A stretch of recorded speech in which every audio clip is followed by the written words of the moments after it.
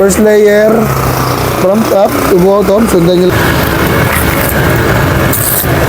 At kung di pa kayo nakapollow sa akin mga kapatid, follow nyo na rin ako. Sundan nyo na rin ako sa YouTube natin.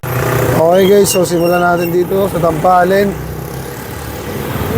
Step by step na lang natin to, no? Tanggalin yung tenderloin, iwain nyo lang na ganyan. Tapos, pangat, pagdating sa may dulo, ikot. Pagka-ikot nyan, iwain nyo lang. Tatanggal na yan. Optional, pwedeng atakin, pwedeng iwain. Itong taba na to, iwain nyo lang pababa. Pantay lang yung sa ham leg.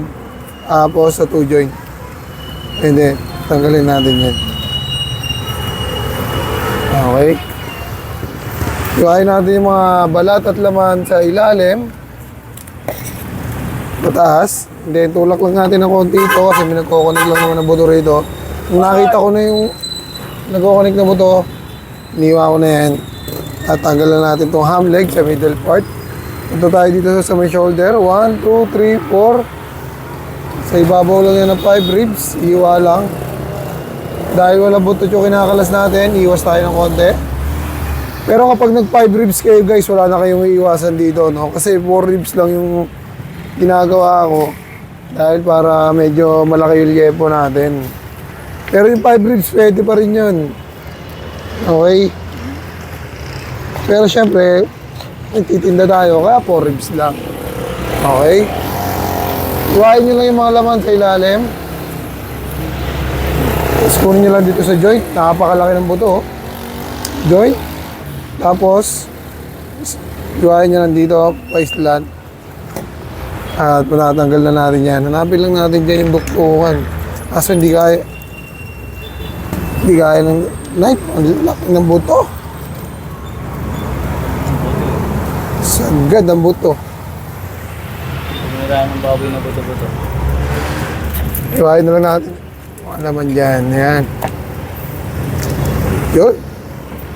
Tanggalan natin yan. Okay, tanggalan natin. Tapos na tayo sa primal cuts. Punta tayo sa deboning guys. Ito. So, punta tayo sa deboning. Pata hind. Pa-slant lang. Ang hiwa. Pag naiwa nyo na yan, hanapin nyo na yung joint. Okay. Medyo maiksi kasi yung knife natin, no? Pero ayos na ayos ang talim.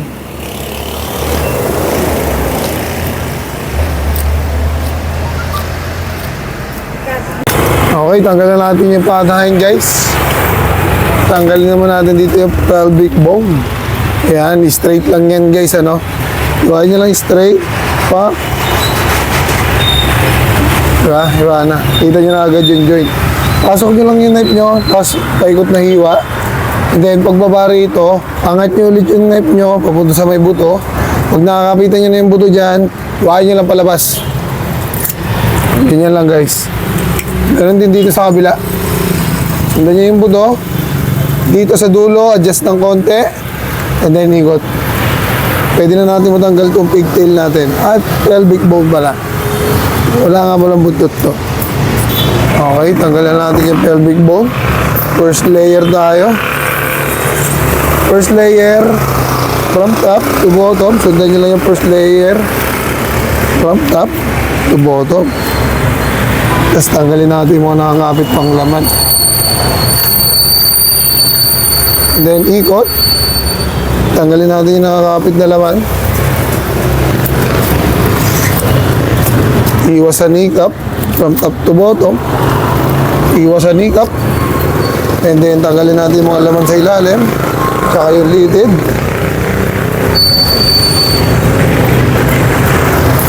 Yan, tanggalan natin guys. Tapos na tayo sa ham leg. Dito naman tayo sa may shoulder. Tanggalin natin yan, lagyan natin ng laman, syempre, para mabilis mabenta yan. Layer lang, after sa layer, from top hanggang neck, from top hanggang neck.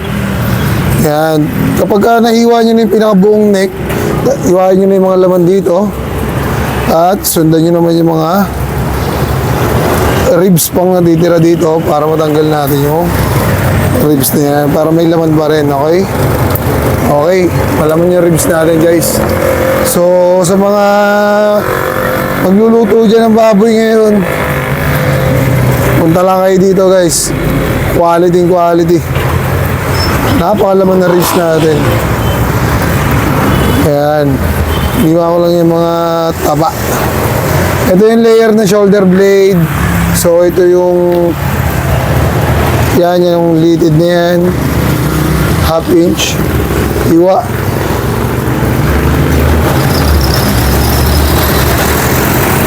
Sobra tayo. Pag ganito, napunta kayo sa ganito senaryo, huwag kayong ihiwa dito. Okay? Dito kayo sa baba, ihiwa. Ayan. Kasi sa dulo niyan, ang karuktong ng dulo niyan, shoulder blade. Okay? So, dito tayo.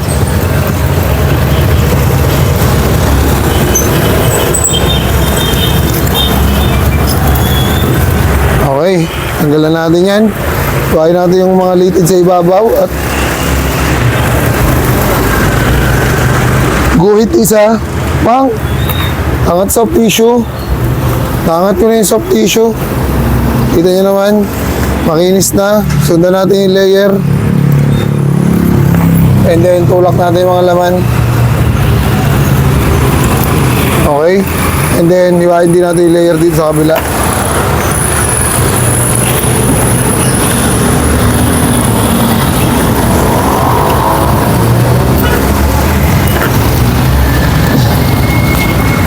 Hindi natin may tulak na maayos. Kasi hindi pa natin nahihiwa ito.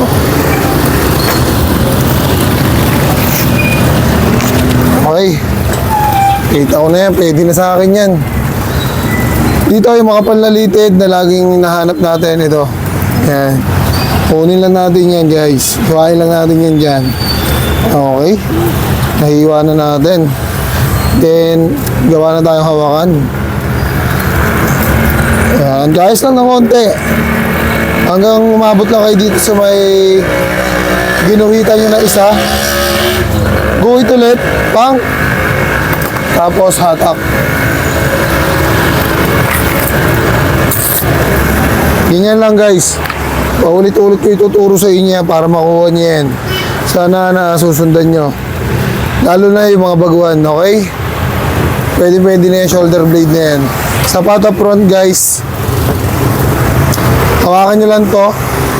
And then hiwain nyo dito. Sa kapantay na siko yan ha. Ilalim ng siko ng pata front. Hiwain nyo papasok. Ayan. Hiwain nyo lang papasok. Hanggang sa umabot kayo sa pinakang dulo ng bias.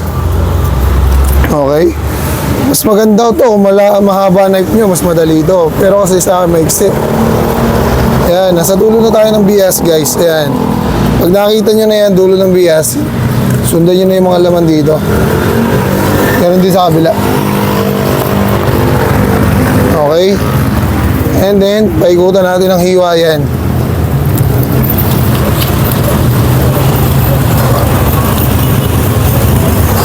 Nasa sa inyo yan kung anong technique ang gagamitin nyo. Tapos ito na yung siko. Ayan na yung siko. Bias, ihiwain nyo na lang yan dyan guys. Pag inangat nyo yan, tuloy-tuloy na yan. At kung di pa kayo nakapollow sa akin mga kapatid, follow nyo na rin ako, sundan nyo na rin ako sa YouTube natin. Para mas marami pa tayong maturuan at matulungan, mga baguhan na nag-aaral pa lang. Okay, maraming salamat and peace.